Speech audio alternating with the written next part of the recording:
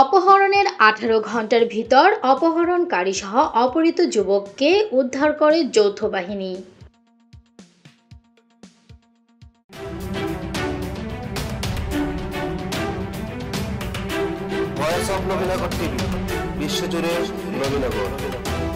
তারপর আমার সকালে আমার ছেলে যে সময় নাই, তারপর ওই সময় বলছে ৩ কোটি টাকা দিতে হবে। তারপর আমি বললাম, আমার ওয়াইফে বলছি যে আমার ছেলের যদি হায়াত মত আল্লাহ হাতে, যদি আমার ছেলের হায়াত থাকে টাকা ছাড়া ইনশাল্লাহ আসবে। আমি কাউকে ১০ টাকা দেয় নাই। পরে ৩ টাকা দিতে আপনার ৩ কোটির পরে আসছে ৬০ লক্ষ। পরে আমাকে ডিজিএফ এবং সেনাবাহিনীর এবং আপনার কিনা বিভিন্ন সংস্থা থেকে আমাকে অনেক হেল্প করছে।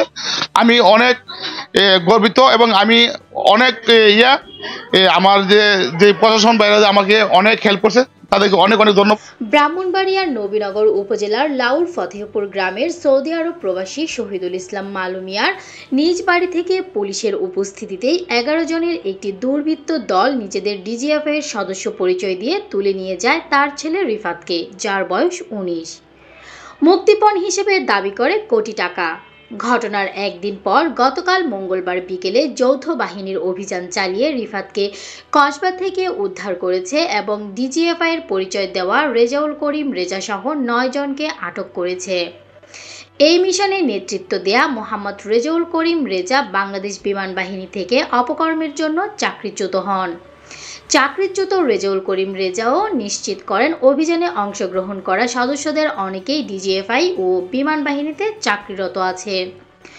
অপহরণকারীরা এতই পরিপক্ক যে তাদের সাথে ডিজিএফআই সহ একাধিক বাহিনীর সদস্যরা কথা বলেও তাদের পরিচয় সম্পর্কে তাৎক্ষণিক কোনো সন্দেহ প্রকাশ করতে পারে নাই। সেজন্য নির্বিঘ্নে তারা অপহরণ করতে সক্ষম হয়। জানা যায়, ৭ই এপ্রিল সোমবার রাতে লাউর ফতেহপুর গ্রামে শহীদুল ইসলাম মালু মিয়ার বাড়িতে একটি হাইক্স গাড়িতে করে আসা ১০ থেকে ১২ জনের একটি দল দেয়াল টপকে সঙ্গে নিয়ে আসা ব্যাগের ভিতর থেকে দা হাতুড়ি দিয়ে বাড়ির মূল ফটকের তালা ভেঙে ভেতরে প্রবেশ করে তল্লাশি শুরু করে।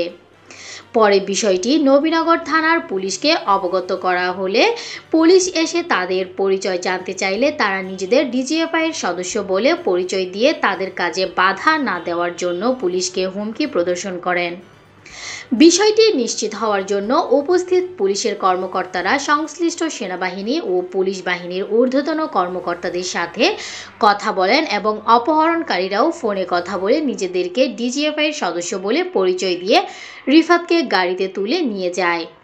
এ সময় ওই গাড়ির নাম্বার ভিডিও ধারণ ও ড্রাইভারের ফোন নাম্বার রেখে দেয় পুলিশ। এই ফোন নাম্বার ও গাড়ির নাম্বার রাখার সূত্র ধরে যৌথ বাহিনী তাদেরকে খুব দ্রুত আটক করতে সক্ষম হয়। এ ঘটনায় শহীদুল ইসলাম বাদী হয়ে নবীনগর থানায় নিজ এলাকার মোহাম্মদ কামাল মিয়া, আবু কালাম আজাদ, কামাল খন্দকার সহ অজ্ঞাত আরও ১৫ জনকে আসামি করে একটি লিখিত অভিযোগ দায়ের করেছেন।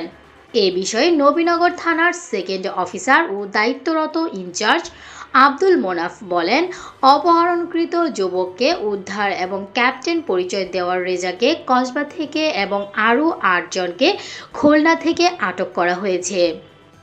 তাদেরকে নবীনগর আনতে রাতেই পুলিশ খুলনা রওনা দিয়েছে। আটককৃত রেজা কসবা পৌর সদরের মৃত মিলন মিয়ার ছেলে।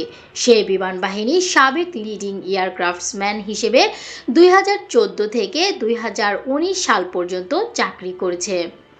বাকি ৮ জনের নাম পরিচয় নবীনগর থানায় আনার পর জানা যাবে। Adib Ulfat Talukdar, voice of Nabinagar TV.